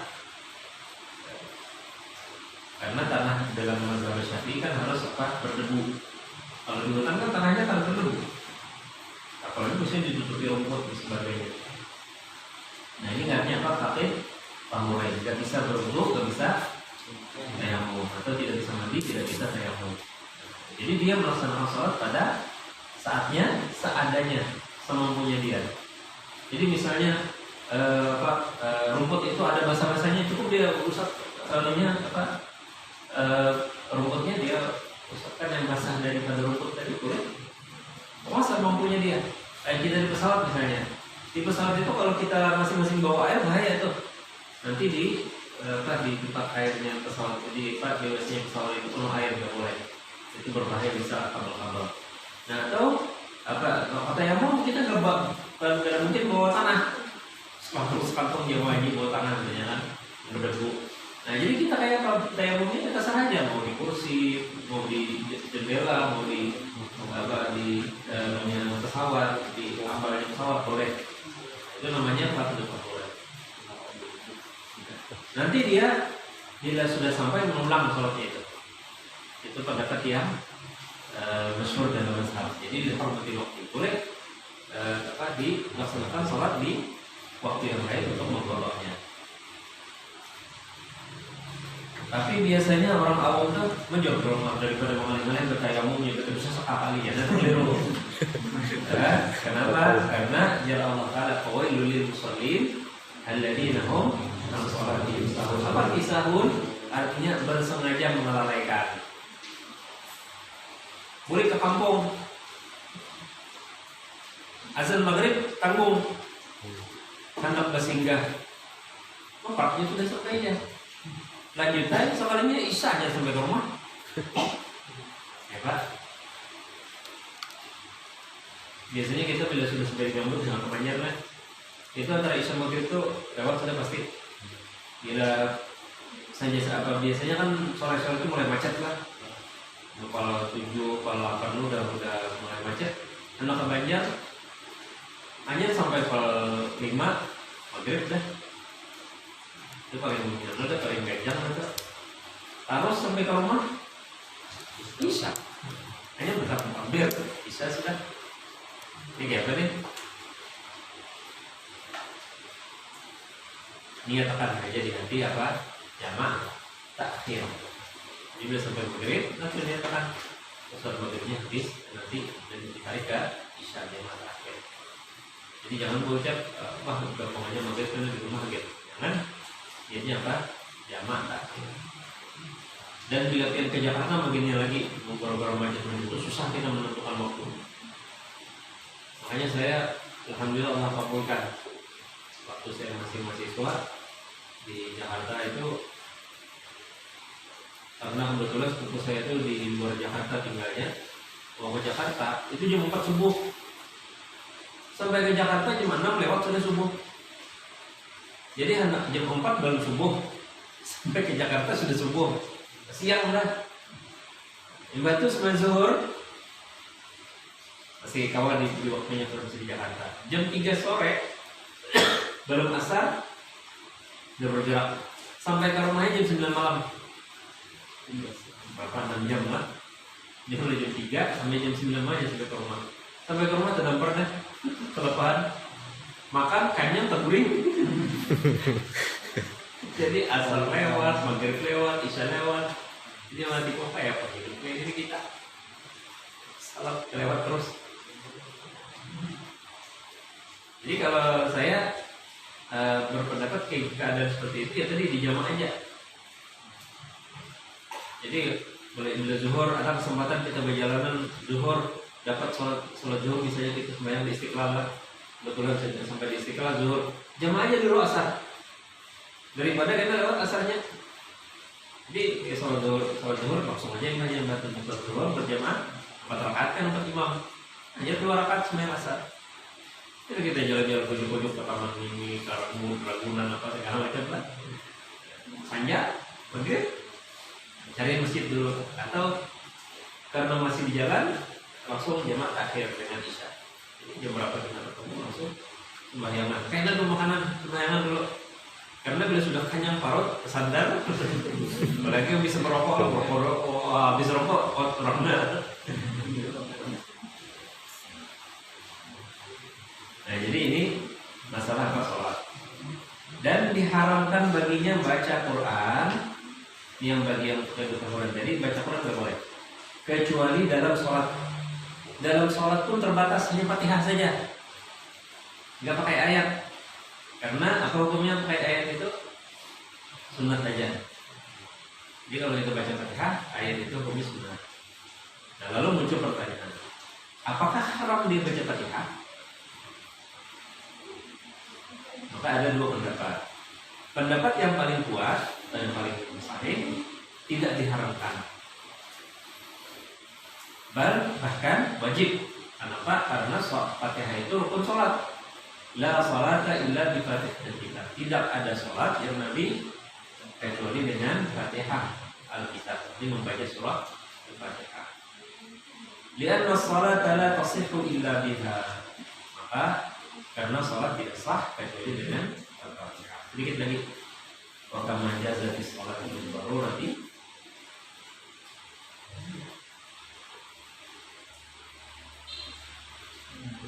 Wa kama jazat sholatu bil darurati. Pertama jazati sholatu bil darurati tajuzu qira'ah. Wasani taqumu bagi aktivi allati ya'ti biha man la yahsinu syai'an min al-Qur'an. Wa hadhihi furu' ra'aitu ibbat hauna lita'alluqiha bima dzakartu. Fadzakartuha mukhtasara wa illa falaha timmat wa adillatun mustawfa fi usulil fiqh wallahu a'lam. Nah jadi di sini tadi aku melanjutkan. Pendapat pertama mengatakan harus baca Fatihah. Jadi apa hukumnya baca surah Fatihah bagi orang yang fatul tahurai, mandi gak bisa karena gak ada air, tayamum gak bisa, maka Fatihah dia boleh diharuskan sholat dengan keadaan apapun dengan membaca surah Al-Fatihah saja. Lalu apakah hukumnya dia boleh baca Fatihah? Maka jawabannya boleh dia baca Fatihah karena baca Fatihah dalam sholat adalah rukun sholat. Jadi karena boleh membaca Fatihah dalam sholat, maka boleh juga karena darurat boleh juga dia membaca Al-Fatihah. Yang pendapat kedua mengatakan haram. Karena haram membaca surah Al-Fatihah, maka dia menggantikannya dengan zikir-zikir yang lain. Seperti orang yang tidak pandai membaca surah Al-Fatihah menggantikannya dengan zikir yang lain. Apa zikir lain? Subhanallah, alhamdulillah, la ilaha illallah, Allahu akbar, la haula wa la quwwata illa billah. Titik sudah habis nih. Dan ini disebut furu'. Ini pembahasan yang banyak cabangnya. Ra'aitu isbatuha, saya berpendapat, saya isi di dalam kitab saya, dita'alluqiha bima dzakartuhu, karena ada kaitannya dengan apa? dengan permasalahan bagi orang yang junub membaca Al-Quran. Fazakartuha, maka saya sebutkan di sini mukhtasarah secara ringkas. Wa illa falaha, maka sebenarnya laha tatimmat, artinya ada pembahasan panjang mana.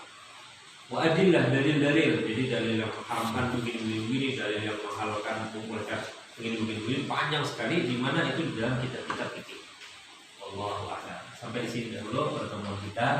Allah Subhanahu wa taala berikan kepada kita yang bermanfaat serta amalnya. Alamiah bergabung yang diterima manfaat.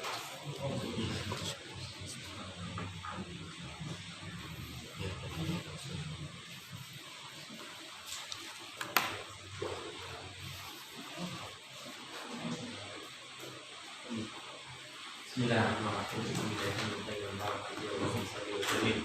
Ala sayyidina Muhammad wa ala alihi wa sahbihi wa sallam. Allahumma ja'alna min al-dhakirina laka al-mukaffirina al-mughfirina bi dhikrika ya Allah ya Rahman ya Rahim.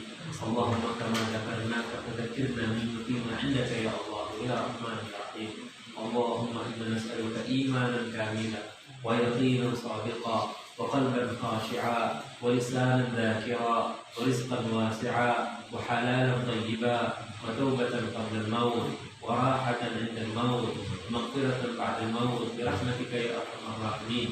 Ya Allah ya Tuhan kami memohon kepada Engkau iman yang sempurna, keyakinan yang benar, hati yang khusyuk, lidah yang senantiasa berzikir kepada Engkau ya Allah, rezeki yang halal, luas dan banyak. Ya Allah berikan kepada kami taubat sebelum kami meninggalkan dunia fana ini. Rahmat Engkau ya Allah Kau limpahkan ketika kami meninggalkan dunia fana ini, serta ampunan Engkau ya Allah ya Rahman apabila kami sudah meninggalkan dunia fana ini. Rabbana atina fid dunya hasanah wa fil akhirati hasanah wa qina adzabannar. Wa sallallahu ala sayyidina Muhammad wa ala alihi wa sahbihi ajma'in. Alhamdulillahi rabbil alamin. Subhanakallahumma wa bihamdika asyhadu an la ilaha illa anta astaghfiruka wa atubu ilaik. Assalamu alaikum warahmatullahi wabarakatuh.